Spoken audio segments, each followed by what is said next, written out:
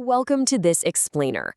I am so glad you're joining me today because, well, we are tackling a topic that hits incredibly close to home for anyone who loves and raises kids. We're going to look at a pretty common everyday dilemma: how our well-meaning praise, literally the very words we use to encourage our children, can sometimes create this unintended hidden pressure. As parents and caregivers, we naturally just want to lift our kids up, right? But today, we're going to explore how we can actually do that without accidentally turning our affection into an obligation. Picture this scene at your kitchen table. Your child clears the dinner plates without even being asked. It's an awesome moment. You smile warmly and say, "That's my good girl, I love it when you make me happy." She watches your face, beams right back at you, and carries the plates to the sink. But then, fast forward to the next evening. She absent-mindedly leaves her plate behind. You sigh, sounding just a tiny bit disappointed. Immediately, she panics and asks, "Are you mad at me?" Suddenly, the forgotten plate isn't just about a household chore anymore, is it? It's completely become about your emotional state. Your approval has silently become part of the job. Okay, let's dive into this because this is exactly where the dynamic shifts. Is your praise carrying a hidden condition? Listen, it's not that kindness or noticing good behavior is bad. Far from it. But the friction begins when praise quietly signals, "I am especially pleased with you when you do exactly what I want." When kids internalize that message, they start acting to protect your approval, rather than really understanding the actual value of their good behavior. They start performing for the applause rather than learning the lesson. Section 1. The hidden mechanics of praise. Right off the bat, let's reassure ourselves praise is not inherently bad. We use it for a very good reason. We want to encourage our kids, and honestly, we get exhausted correcting or arguing with them. Saying "good job" just feels so much gentler than threatening a consequence, and it works incredibly fast. A child hears our enthusiastic approval and boom, suddenly they try harder. But to understand the hidden risks here, we really need to look at how it functions. Research actually distinguishes between two totally different types of feedback: informational and controlling. Informational praise gives the child useful feedback. It helps them notice a strategy, an improvement, or a real-world effect. Controlling praise, on the other hand, uses our approval as leverage to steer their choices. While controlling praise works fast because children deeply, fundamentally crave our connection, it can really undermine their long-term autonomy. The child stops thinking, "I helped because our family shares the work," and starts thinking, "I helped because I need to make my parent happy." Section 2. Recognizing the warning signs. So, how do we actually know if our well-intentioned encouragement is causing dependence? The really tricky part is that controlling praise isn't defined by one forbidden phrase. It's defined by the message the child actually receives.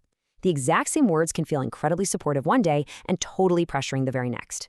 Now, what's really interesting here is that these warning signs aren't just random child behaviors. They are deeply protective mechanisms. Look for a repeated pattern. If your child asks, "Are you proud of me?" after every single minor task, or constantly watches your face before they answer a question, they are acting to protect your approval. You might also catch them hiding ordinary, totally harmless mistakes, or getting upset if you respond calmly instead of super enthusiastically. They might even resent it when a sibling gets praised. Why? Because to them, approval feels like a scarce resource they have to constantly compete for.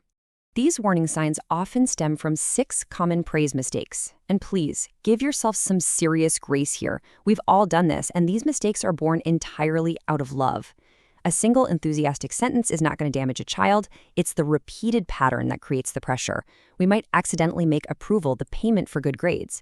We might praise mere obedience, totally skipping over the why of a family rule. We might create emotional debt by saying, "You made mommy so happy," literally making them responsible for our feelings. We might compare them to a sibling or constantly evaluate every single pencil mark they make. And honestly, most subtly of all, we might pair our conditional praise with coldness, like a long silence or a disappointed look when they fail. Section 3. Wrong versus better responses. Recognizing those patterns is a great first step, so let's shift to some practical application. We want to keep a warm face and genuine connection while entirely changing the underlying information we give our kids. We definitely don't have to turn into emotionless robots. Take household chores. A controlling response might sound like, "That's my wonderful helper. I wish she were always this good." You see how that evaluates the child's worth and ties it right to the task?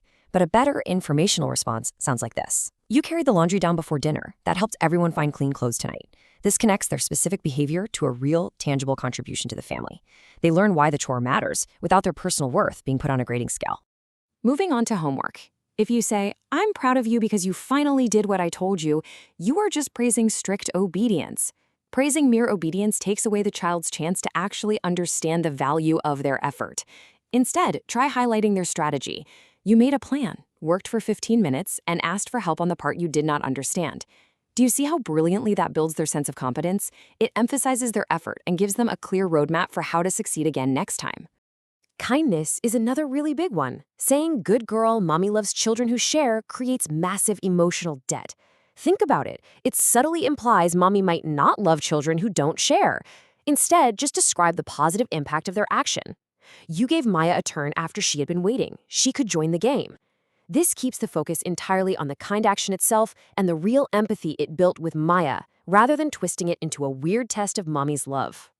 And finally, let's talk about sports. You made us proud today. Do that again next week. Wow, that adds immense pressure and literally demands a repeat performance, making your warmth totally conditional on them winning. The better approach? Point out a specific effort and invite their perspective. You kept communicating with your teammates after the missed shot. What did you notice about the second half? This returns ownership of the success directly to the child. It turns a stressful performance review into a really thoughtful conversation. Section 4. The Guide Feedback Plan. So how in the world can we remember to respond this way when daily life gets chaotic? Well, I found this really helpful framework called the Guide Plan.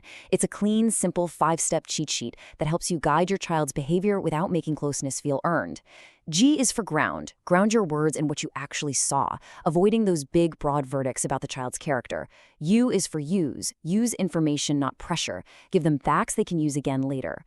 I is for invite. Invite the child's view by asking things like, how did that feel, or what works for you? D is for describe. Describe the value or impact of their action on safety, fairness, or family contribution. And E is for end. End with steady connection. And let's be super clear on this. Parents absolutely must still keep limits firm and address mistakes.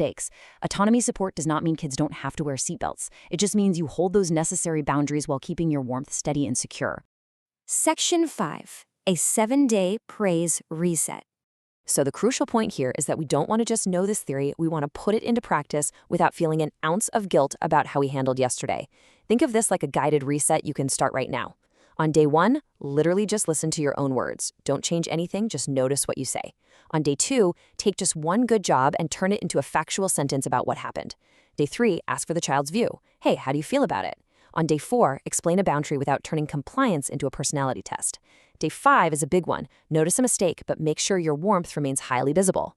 Day 6, let one totally familiar everyday routine pass without praising it at all. Just let the natural result carry the moment. And on day 7, adopt a default phrase for yourself. I noticed blank, it helped blank. These small, daily shifts gradually and beautifully return the ownership of success right back to your child. Section 6, adjusting for age and need. Of course, every child is wonderfully unique, right? So this isn't some rigid rule book. We absolutely must adapt how we encourage based on our child's specific developmental stage, their temperament, and their unique needs on any given day. For example, young kids need immediate, concrete feedback. You put the block in the basket works way better than a 20-minute lecture on responsibility. School-age kids are ready to actually discuss strategies. Teens generally need much more privacy and way less public evaluation from us. And let's be very clear about this. Frequent praise is absolutely not forbidden for kids learning new skills or children with specific behavioral needs. When a skill is brand new, they need that reinforcement. But as they become more independent over time, you gradually reduce the evaluation and increase their autonomy. And this brilliantly illustrates the ultimate takeaway of our explainer today. Praise is not inherently bad, and simply being silent isn't automatically respectful. You do not need to become an emotionless observer in your own home. Our children still desperately need our delight, our affection, and our shared pride in them. The goal isn't less love. The goal is steady love, combined with clearer, non-manipulative feedback. So here's the one realistic action I want you to try today, right after you finish watching this explainer. The next time you find yourself about to say, "I'm so proud of you," pause for just a split second and simply add this single question. What are you proud of? Those 5 little words give the achievement right back to the child, allowing them to internalize their own success and recognize their own competence. It's a total game changer. I want to leave you with this provocative thought as we wrap up. Look at the patterns in your home and ask yourself, are your words of praise building a performer who relies on your applause, or are they empowering a person who understands their own value? It's an incredible shift to make, and it all starts with just noticing our words. Thank you so much for joining me for this explainer today, and happy parenting.